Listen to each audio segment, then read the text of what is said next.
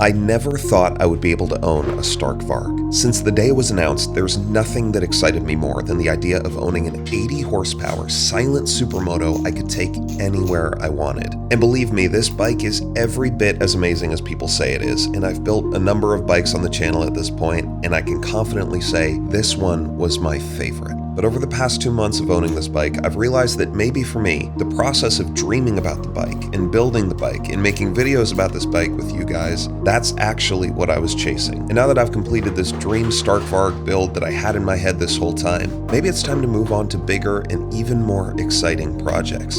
I'm replacing the only thing that's wrong with this bike, a damaged rear brake line, because today, as sad as it is, the Stark Varg might be going to a new home.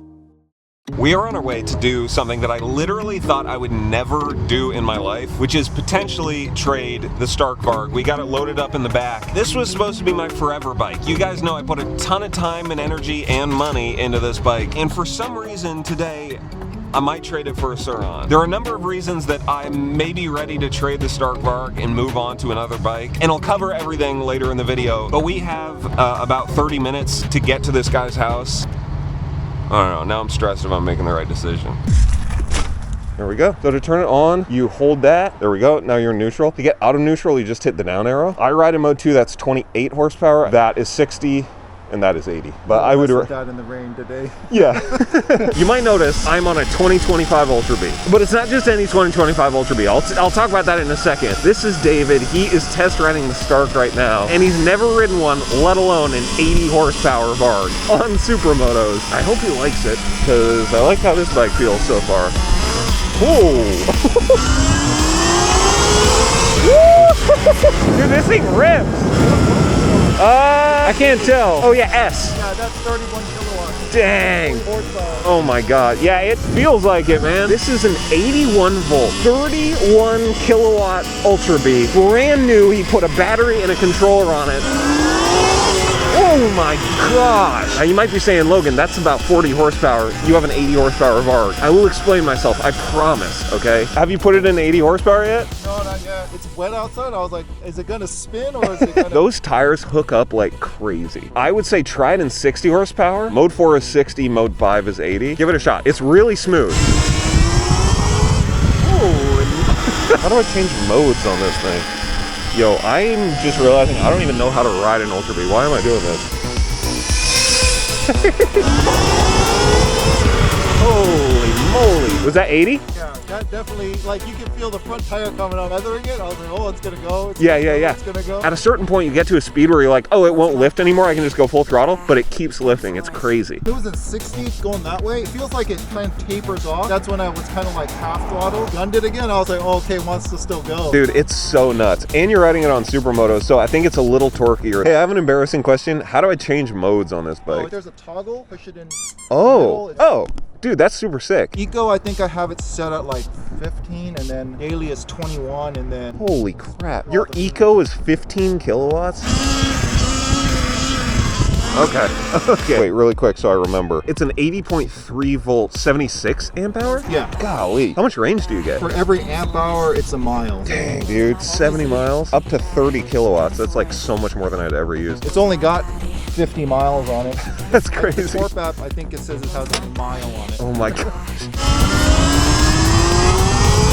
Oh my gosh, dude. This bike is ridiculous. And the only bike I've been riding recently is that bike, so.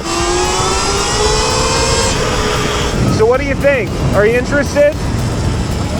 Oh yeah, let's do it.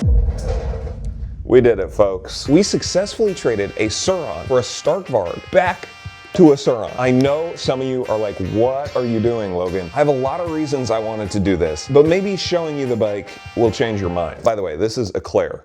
She's a foster dog that we have right now. If you're looking to adopt an incredibly cute, nice dog, leave a comment. Ow. This is a 2025 Surron Ultra B with 50 miles on it, a Torp TC1000, and an 80.3 volt, 76 amp hour battery. It also has a Baja Design Squadron Pro, like a $200 headlight, and a 206 Fab active rear brake light. Hi, bud. You coming up? Oh God. Now you might be like, Logan, that's like mostly stock. Yeah, that's the cool part. All of the really expensive stuff is done. Now we get to upgrade all the fun stuff. Powder coat it, new suspension, new bars. And, Eclair, check this out. Look at all the stuff he gave us, buddy. You're gonna love this. Full street legal kit. I know, it's like $700. Stock charger, a portable fast charger. What are you doing back there? I'll show that off in a second. An additional rear light, all of the legal documentation for this bike, the stock controller, and the stock 2025 Surron Ultra B battery. That is huge because there are a lot of people with 2024 Surrons who could get a huge power bump if they wanted to buy this. Or we could just keep it around and build something cool. Maybe throw this battery on the drift cart? I don't know. I don't know yet. I don't know. Now, as you can see, we have a gut seat cover, which is for the stock low seat. So this is like an inch lower than the regular Ultra B seat, which brings us to the two items I need to fix about this bike right away. Dude, can you maybe not eat it, actually? Please. First order of business should be obvious. Absolutely no shade to anyone, but I would rather die than run hand guards on my bike. The second thing that I need to fix immediately is this seat. These newer 2025s sometimes come with the low seat, and that's great for shorter riders, but it's not great for me. I'm like 6'3", I tell people I'm 6'4", so I need as much height on the seat as possible. I posted on my Instagram story, hey, would anyone want to trade? And one guy responded, so I'm going to meet up with him now. If everything goes according to plan, we should be able to just ride up, swap seats, and ride away, I guess. Dang, this thing is quick, and I'm just in 20 kilowatts. It's not even full power right now. It's gonna take a little bit to get used to this new controller. It feels so much different than the X9000 on my E-Ride Pro. I don't know if I love it or if I hate it. I can't tell yet. I just gotta get used to it. Oh boy, dude, it's smooth though, holy crap. On my way there, I should probably explain why in the world I would trade my ultimate dream bike for something like a Suron. I didn't talk about this when I got the Varg initially, but I was actually looking for Ultra Bs when I found that bike. And the Varg has always been, and honestly still is, kind of my dream bike. It's so crazy, it's so powerful. It's the bike that has showed so many people how cool electric bikes can be. But the more I rode it, the more I realized I wasn't having as much fun on that bike as I was on my other bikes. And when a bike is like your dream bike, your ultimate bike, that should be like the most fun you've ever had ever, right? So over the past months, I've been kind of depressed about the Stark Varg. Like, I love it, it's incredible to ride, but I'm more stressed out when I'm riding it. I'm more worried that someone's gonna steal it or it's gonna get hurt because it's so expensive. It's also really fast, yes, but if you've never ridden a Stark, you might not realize you never really ride it in 80 horsepower. And when you're riding it in like a lower horsepower mode, it's just a really heavy bike. Now, don't get me wrong, it's an incredible bike that's really heavy, but riding it around every day isn't like this 80 horsepower experience all the time. And personally, the way I like to ride these bikes, I really value a nimble bike, and most of all, I really value fun. And I had to check in with myself and be like, wait a second, I'm not having as much fun as I think I should be on this bike. I think I'll probably have more fun on another bike like this, and I think somebody else will be able to have more fun with the Stark Varg than I ever could. Now, this isn't to say I'm never gonna get another Stark Varg or something like that, but I got my dream bike. I built it exactly how I wanted it. You guys saw that in the last couple of videos. Ultimately, that process was so fun, but I had kind of like finished the project, you know what I mean? Oh yeah, so far, man. Oh my gosh, this bike is so fun. And there's so much more that we can do to this bike, like in terms of upgrades and mods. Other than covering the whole thing in titanium, there was nothing else I could really do to the Varg. And I like building things, and I'm so excited for this build. Oh, is this, wait. What am I doing, dude? Okay, the guy with the Ultra B seat should be around here somewhere. I assume he's gonna be on an Ultra B, so I'll just look for another Ultra B. Oh, there it is. How's it going, bro? Good to meet you. Yeah, good to meet you. Bro, thank you for coming all the way out here. I really appreciate it. How do you like the Ultra B? How long have you had it for? For a couple months. Here, let me pull mine off. This is so funny. We can literally just like swap them. It's clean. Thanks, bro. Yeah, it has like 50 miles on it. It has no mods, so I just get to do like, well, other than the battery and the controller. Bro, I don't even know how to like get the seat off. That's how new I am with this bike. Boom. Do they fit? Moment of truth. I think this one might. Oh, if they don't fit, that would suck. Oh, is yours working? Dude, these are such a pain. I know, to scoot them forward. I forgot, I also got a gut seat cover for you. Hold on. Previous owner bought this, and it's fit for the low seat, so it should be perfect. Thank you so much. Dude, thank you. I really appreciate you coming out here to do this. What is happening? It's like as backed out as it can be, huh? Is it even getting any higher? There we go. Heck yeah. Boom. Have you ever seen the abandoned bike park up here? I have. I might head over there if you're interested, but no pressure. Oh yeah, it feels like a better height. You like it? Good. Sorry, financing for a Stark. Oh yeah? I'm not really sure yet. I gotta be honest, I traded the Stark for this plus a bunch of cash. I didn't have as much fun on the Stark as I thought I was going to. Yeah. Like, it's that ultimate dream bike, but it's also just a really big bike. You can't really do all the fun things that like are fun to do on Suron. I mean, I've ridden 250s and 450s. Yeah. My friend, he owns like 15, 20 acres. Then maybe you should get a Stark. Yeah. That's different. Dang, they got a... Oh, I thought they had a chopper on us. What was that? That's from the camera. Definitely. Yeah, what was that? That was weird as hell. Have you been here since the pump track? I've been here in years. Oh, dude, this pump track is so sick. There's like some weird little gaps and stuff. Actually, I've never been in the air on the Ultra B, so I don't know how it's gonna go. All right, where should we ride? I don't know. It's only my second time riding out in Seattle. Really? Oh, dude, let me show you around. Hey! Oh. Oops, sorry. Uh-oh. Are we going this way? Thank you. I don't know what was going on. Was he mad at us? I don't know why no one was turning right. That was so weird. 30 kilowatt mode. Let's see what happens. Holy crap, dude. Holy crap. That's too much. That's too much power. Have you ever had a Baja Blast? You have? Okay. Have you had a dirty Baja Blast? I have. Okay, what do you It think? inspired me to get one. Really? Yeah. Nice. What do you think? So good. If there's one nearby, I think maybe we should get one. Hold on, give me a second. I gotta figure out where the nearest Taco Bell is. All right, this is the shortcut through the woods. Dude, this thing is gonna rip when we put big wheels on it. Oh my gosh.